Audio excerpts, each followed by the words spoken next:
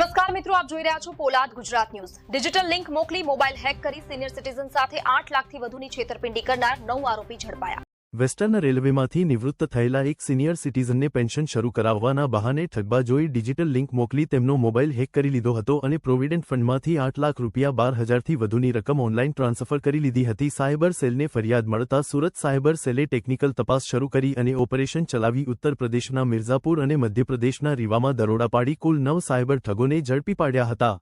પોલીસે આરોપીઓ પાસેથી 27 mobile, 3 laptop, 51 debit card, 13 sim card અને 23 પાસબુક સહિતનો મુદ્દામાલ કબજે કર્યો છે। આ સમગ્ર કૌભાંડના માસ્ટર માઇન્ડ ચેતન અને શુભ ઉર્ફે બજરંગબલી હજુ ફરાર છે, જેમની શોધખોળ પોલીસ કરી રહી છે।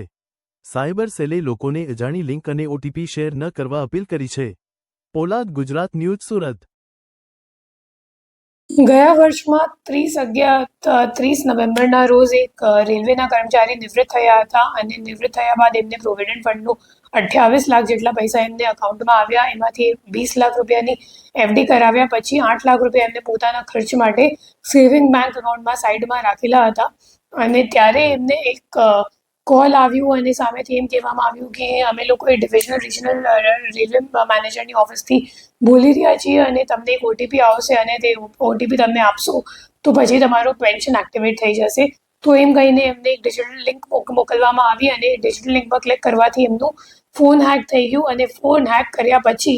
એમના અકાઉન્ટમાંથી કુલ 8,12,000 રૂપિયા ટ્રાન્સફર થઈ ગયા અને આ બાબતની એફઆઈઆર અહીંયા સાયબર ક્રાઇમ પોલીસ સ્ટેશનમાં નોંધવામાં આવી હતી, જેના તપાસ દરમિયાન ટેકનિકલ વર્કઆઉટ કરીને ખબર પડી કે જે મુખ્ય આરોપી છે પ્રિયાંશુ એ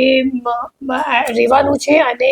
જે 8,12,000 રૂપિયા હતા એમાંથી 3,17,000 જેટલા રૂપિયા ઉત્તર પ્રદેશ ગ્રામીણ બેંકમાં જે રીવાવાળી બ્રાન્ચથી હતી એમાં ટ્રાન્સફર થયા હતા। પછી એને પકડવા માટે આપણી ટીમ અહીંથી રીવા ખાતે ગઈ તો પછી ખબર પડી કે જે મુખ્ય આરોપી છે એ મિર્ઝાપુર જતો રહ્યો। પછી આ ઓપરેશન લાંબુ ખેંચાઈ ગયું અને અઠવાડિયા સુધી આ ઓપરેશન ચાલ્યું, જેમાં મુખ્ય આરોપીને મિર્ઝાપુરથી ઝડપી પાડીને પૂછપરછ કરવામાં આવી અને પૂછપરછ દરમિયાન આ મામલો સામે આવ્યો કે રીવામાં એક ભાડાના મકાનથી એક આખી સાયબર ક્રાઇમની મોટી રેકેટ ચાલી રહી છે। પછી પ્રિયાંશુને લઈને અને લોકલ પોલીસની મદદ લઈને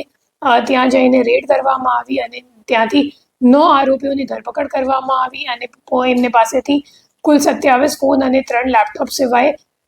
ઘણા બધા debit card, sim card, credit card, passbook વગેરે પણ લેવામાં આવ્યું છે